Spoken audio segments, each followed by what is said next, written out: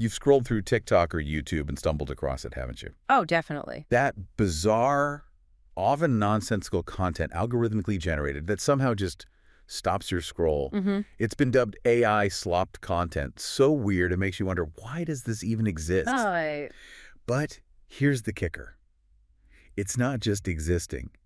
It's quietly reshaping digital economies and making creators surprisingly wealthy. it really is. Today, we're going to try and crack that code. Yeah. How does something so seemingly low effort become a goldmine? Yeah, let's dive in. We'll be looking into this strange new frontier of content, its surprising mechanics, its profitability, and, the broader implications based on the source material we've gathered. Sounds good. So let's unpack this first. What exactly is AI slop? Okay. We're talking about low effort, hyper weird, sometimes downright disturbing AI-generated videos that just, well, they flood social media platforms. Exactly. It defies a lot of what we think of as traditional content. It really does. And what's fascinating here, I think, is how these videos are booming, seemingly against all conventional wisdom. Right. Creators, often with very little technical expertise, certainly not coding or complex animation skills. Mm-hmm. They're pulling in thousands of dollars, often more than they'd earn in regular jobs or even while they're still in school. Wow. So the skill isn't coding, it's something else. Yeah, the technical skill isn't really programming. It's more about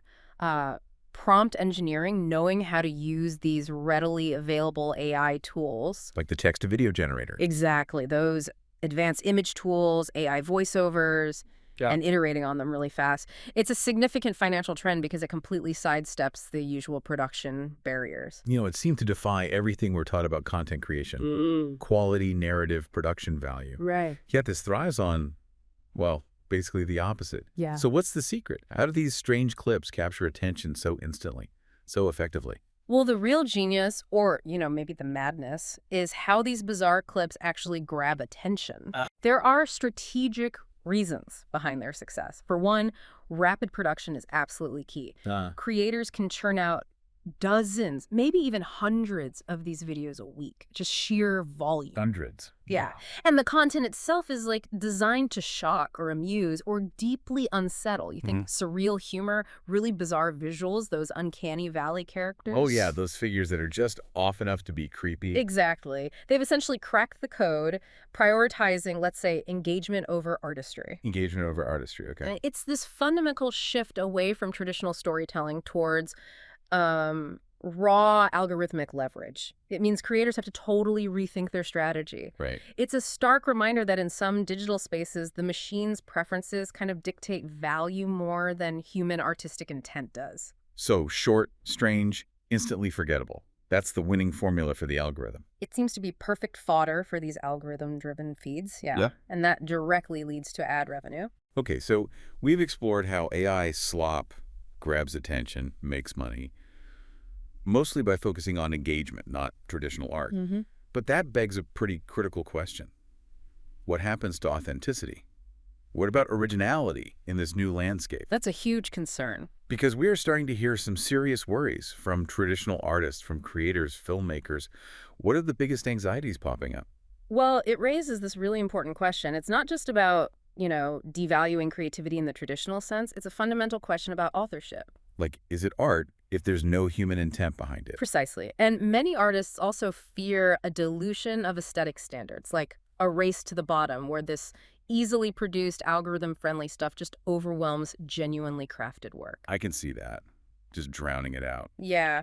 And we're also seeing platforms grappling with everything from copyright issues, which are messy with AI, to just the sheer volume of this content. Must be overwhelming for them. Oh, it's a Herculean task for sure. For them and for regulators who are clearly playing catch-up, struggling to curb this absurd proliferation of slop videos. It forces us to ask, how do we even define originality when the tools themselves are generating so much of the output? It's a tough one. So given this landscape, what's the practical reality? If someone's looking to maybe not create high art, but capitalize on this trend, Yeah. how are these creators actually making money? What's the simple blueprint here? It's actually a surprisingly straightforward blueprint for profitability. It's built on really minimal barriers to entry. Okay. First, production costs are incredibly low, often just a subscription to an AI text-to-video tool like you mentioned, Runway ML or Pico Labs. Maybe a basic voice generator like 11 Labs. Really affordable stuff. Right, low overhead. Exactly. Right. Then it's about max volume, just spamming the feeds with short, algorithmically appealing content. Feeding the beast, basically. Pretty much. This lets them effectively ride the algorithm wave. They're giving the platforms content that the algorithms tend to push things with high completion rates, immediate re-engagement. Gotcha. And that translates directly to? More ad impressions, which means more revenue. Simple as that, often. Huh. Any other angles? Yeah, there's an additional revenue stream we're seeing emerge, too.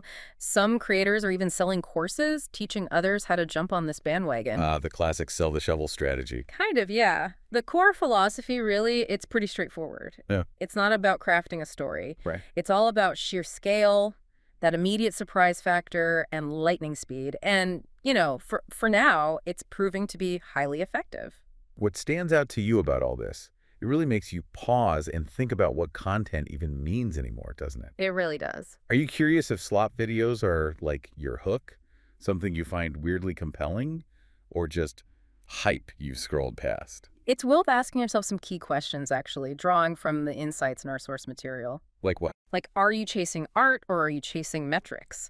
Can you genuinely innovate within this trend, maybe by understanding its mechanics, or will you just imitate what's already out there and, you know, get lost in the noise? That's a good point. Imitation has diminishing returns. Exactly. And how might you use AI thoughtfully to stand out, to create something unique, rather than just blend into the algorithmic soup? Use it as a tool, not just a content machine. Right. Because trends like this shift fast. Really fast. Simply replicating what's working today won't guarantee success tomorrow. That's true. And maybe something sloppy today could spark a refinement wave tomorrow. Could be. Where creators find a way to fuse that initial weirdness with genuine craft for something fresher, maybe more valuable in the long run. That's definitely a possibility. The evolution is key. So wrapping up here, in this wild frontier of AI content creation, Slop is definitely surprising us. It's confounding expectations. And yeah, it's even making people money. Absolutely. And if we connect this to the bigger picture, it's kind of a powerful reminder, isn't it?